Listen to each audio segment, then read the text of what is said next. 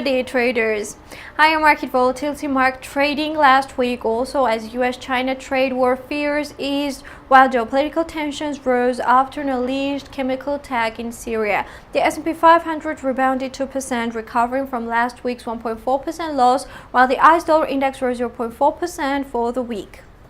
The S&P 500 advanced every session last week except Wednesday and Friday. It added 0.3% Monday as Trump tweeted he expected China will take down its trade barriers because it is the right thing to do.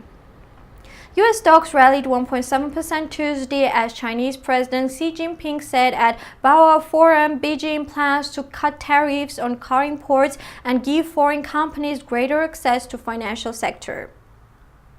The S&P 500 slid 0.6% Wednesday after President Trump's tweet indicating he was preparing a missile strike in Syria in response to a chemical attack in Syria allegedly purposed by Assad troops.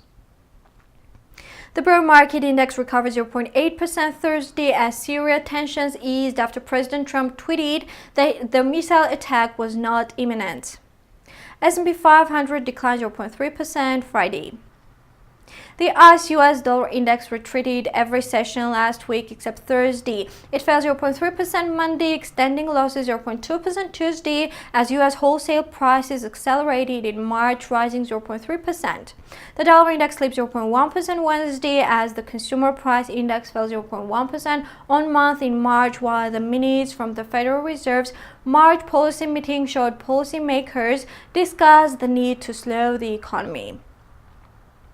It rose 0.3% Thursday as initial jobless claims fell in the first week of April and returned near the lowest level since the early 1970s.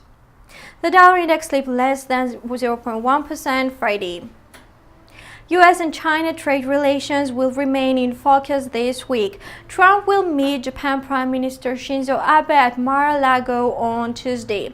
U.S. retail sales report today, as well as China's GDP report on Tuesday and UK inflation data and Bank of Canada policy meeting Wednesday are the highlights of this week's economic events.